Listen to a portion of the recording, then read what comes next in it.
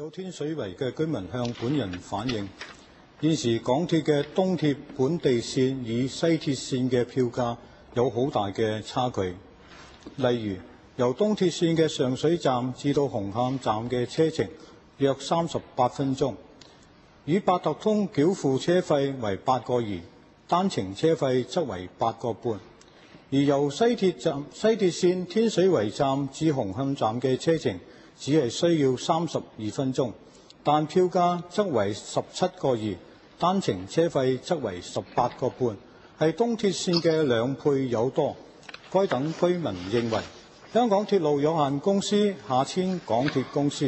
響釐定兩條鐵路線嘅票價方面係唔公道，直指增加咗新界西居民嘅生活負擔。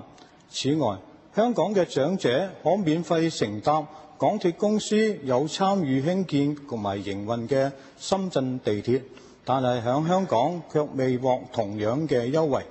關於港鐵嘅票價結構及所提供嘅票價優惠，政府可否告知本會：一、是否知悉港鐵公司喺釐定西鐵線嘅票價時，有否詳細考慮東鐵本地線同埋西鐵線票價上具體嘅差距同埋當區居民嘅承擔能力？如有，詳情為何？如果冇，港鐵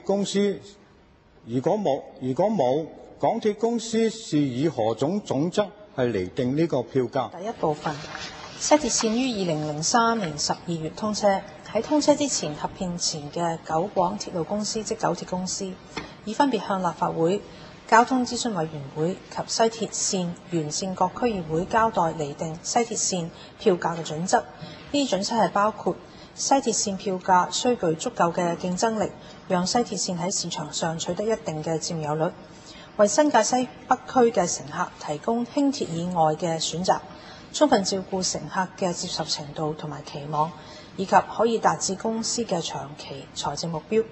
西鐵線嘅乘客亦都享有免費轉乘輕鐵或者港鐵巴士嘅接駁服務。自西鐵線通車以嚟，乘客量一直係有所增長，由通車初期嘅每日10萬人次，一直逐步攀升至現時每日超過30萬人次。人次係以乘客入閘數字去計算嘅，反映西鐵線喺新界西北區係有一定嘅競爭力。九龍南線係喺2009年8月通車。九龍南線將東鐵線同埋西鐵線連接起嚟，以紅磡站作為兩線嘅總結，增強咗香港嘅鐵路網絡，乘客穿梭港九新界就更為方便啦。乘客可以係由新界西北利用鐵路直達紅磡，中途係無需轉乘其他嘅交通工具，係快捷省時。而東鐵線嘅乘客亦都可以便捷咁前往九龍西一帶。東鐵線同埋西鐵線喺2007年12月兩鐵合併前，係各自有不同嘅票價。現時兩條鐵路線嘅車費係根據合併前嘅票價為基礎。兩鐵合併嘅時候，兩條鐵路線各自嘅票價結構係冇改變到嘅。喺合併當日，香港鐵路有限公司即港鐵公司即時根據以下5項原則去調低咗票價：一、取消乘車費又稱再入閘費，減幅由1元至到7元不等；二、所有車費全面調低2毫；三、12蚊或者以上嘅車費每程額外係減收1蚊；第四、12蚊或以上嘅車費，若一併實行上述3項措施後，減幅仍低於1成嘅話則車費再會向下調，令到有關車費減幅達至少達1成。及第五，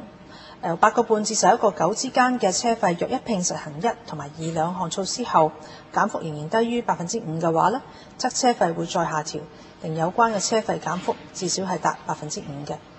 結果，西鐵線係由新界西北至到市區嘅八達通票價喺合併時調低車費1元2角，同埋取消轉乘車費，令當時嘅車費減幅係最少達1成嘅。因應新界西北區居民使用公共交通情況，九鐵公司喺2004年推出咗全月通同埋全日通嘅推廣計劃，而港鐵公司合併後亦都繼續維持有關嘅安排，並喺九龍南線通車嘅時候推出屯門至紅磡嘅全月通。經常使用西鐵線服務嘅乘客係可以用售價410元嘅屯門至南昌全月通，或者係480元嘅屯門至紅磡全月通。持有屯門至南昌全月通或者係屯門至紅磡全月通嘅乘客，可以喺1個月內不限次數乘坐西鐵線往來屯門站至南昌站，或者屯門站至紅磡站。此外，乘客更可以免費轉乘輕鐵同埋港鐵巴士。乘客若果唔係經常使用西鐵線服務，亦都可以選擇購買售價為21蚊嘅屯門至南昌全日通。乘客可以喺購票當日不限次數使用西鐵線往來屯門至南昌站，並且可以免費轉乘輕鐵同埋港鐵巴士。屯門南昌全日通喺出閘後係唔會被閘機收回。為咗鼓勵乘客交回已經用完嘅車票呢，凡交回10張已經使用或者過期嘅屯門南昌全日通，就可以免費換領一張當日有效嘅屯門南昌全日通啦。